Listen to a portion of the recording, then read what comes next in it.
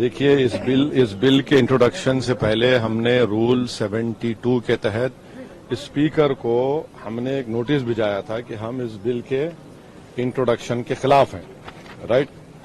और हमारा मानना ये है कि ये जो बिल है आर्टिकल 14, 15 और 25 का उसके प्रिंसिपल्स का वायलेशन करता है।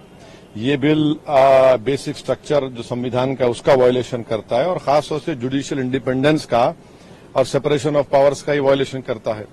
अब इसमें सबसे अहम बात यह है कि जो वक्फ बाय यूजर का सेक्शन 3RI है उसको ये कह रहे हैं कि वक्फ बाय यूजर को हम निकाल देंगे। कैसे निकालेंगे, क्यों निकालेंगे? आप इसलिए निकालेंगे ताकि आप जितने मस्जिदों पर RSS का दावा है वो छीनना चाह रहे हैं, आप जितने दरगाहों पर राइट विंग हिंदुत्व ऑर्गेनाइजेशन का दावा है, जैसा अपने मुंबई में हाजी मलंग की दरगाह है, छीनना चाह रहे। वक्फ बाय यूजर का आप निकाल कर बोल रहे हैं कि डॉक्यूमेंटेशन लेकर भाई 400 साल का डॉक्यूमेंटेशन रेवेन्यू से नहीं निकलेगा तो क्या करेंगे? आप दे देंगे क्या?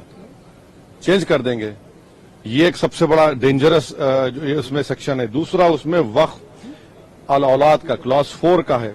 देखिए भारत में जो कानून है ना वो किसी को रोकता नहीं है कि वो अपनी प्रॉपर्टी को विल के जरिए डिस्पोज करे या किसी को गिफ्ट दे। तो वही कोई मुसलमान अगर अपनी औलाद के लिए ऑफ कर रहा है तो इनके पेट में दर्द क्यों हो रहा है? हिंदू एंडोमेंट बोर्ड में इजाजत है इसकी, सब जगह दूसरे गुरुद्वारा प्रबंधन कमेटी में इजाजत है, तो मुसलमानों के वक्फ बोर्ड में क्यों नहीं होगा?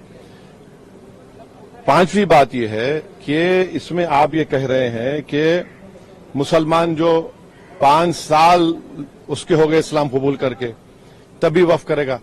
ये फ्रीडम ऑफ रिलीजन का ग्रेव वायलेशन है। अच्छा, दूसरे रिलीजन को मानने वालों के लिए ऐसा कानून है? नहीं है। और आप कौन होते हुए तय करने वाले मुसलमान हुआ नहीं हुआ? 5 साल उसको रुकना चाहिए तभी जाकर, माने आप वेट करेंगे हैं? और ये और एक उसमें जो बात जो ऑब्जेक्शनेबल है वो ये है कि अगर कोई सेक्शन 61 में आपने डीएम को बहुत पावर्स दे दिए, अब डीएम कोई फैसला करता है वक्फ बोर्ड के खिलाफ, मुझे ट्राइब्यूनल जाना है।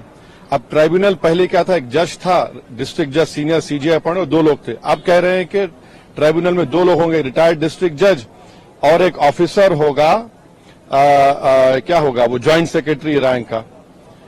कोई ज्वाइंट सेक्रेटरी रैंक का ऑफिसर बैठकर रिटायर्ड कलेक्टर के खिलाफ ऑर्डर देगा तो ये खुद अच्छा, और एक बात, कलेक्टर कैसे जज बनेगा?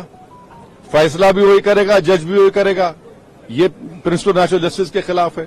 तो इसमें कई सेक्शंस हैं जो खतरनाक है, कई जो वक्फ बोर्ड के फेवर में नहीं है, वक्फ को खत्म करना चाहते हैं। तो सरकार की दलील ये है कि सब दलील झूठी है। जो कि वक्फ बोर्ड एक वो जो बोल रहे हैं ना, वो गांव डिक्लेयर कौन किया वो बताएं देश को। वो गांव डिक्लेयर अगर हुआ है तो वक्फ बोर्ड पे नहीं बोलने पे नहीं हुआ है, इसलिए हुआ है कि सर्वे कमिश्नर की रिपोर्ट आई, उसके बाद गजीट इशू हुआ, और गजीट के लिए 1 साल का टाइम मुसलमानों के लिए, नॉन मुस्लिम के लिए कभी भी टाइम है। आप उसको ऑब्जेक्ट करिए ना। हैदराबाद में भी ऐसे के प्रॉपर्टीज थे जिनको गजीट के बाद भी कोर्ट ने ओवररूल किया। आप मिसालें दे रहे हैं। ये सुनेरी बाग की मस्जिद का अगर डॉक्यूमेंटेशन लॉ कहां से लाएंगे बताइए?